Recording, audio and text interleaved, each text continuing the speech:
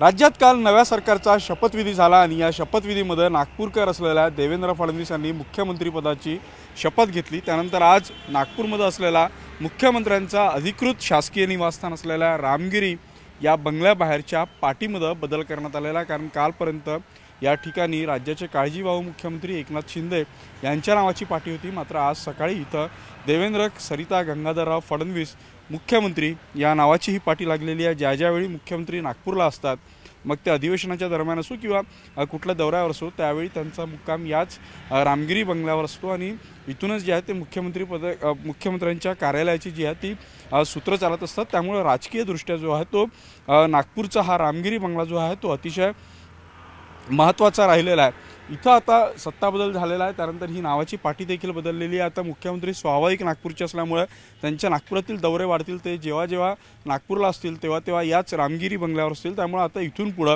नागपूरकर आणि विदर्भासाठी हे रामगिरीचं जे कार्यालय आहे ते महत्त्वाचं असणार आहे। जेव्हा जेव्हा आता मुख्यमंत्री नागपूरला असतील त्यावेळी इथं मोठ्या संख्येने कार्यकर्त्यांची, राजकीय नेत्यांची आणि अधिकाऱ्यांची वर्दळ झाल्याची आपल्याला पाहायला मिळणार आहे।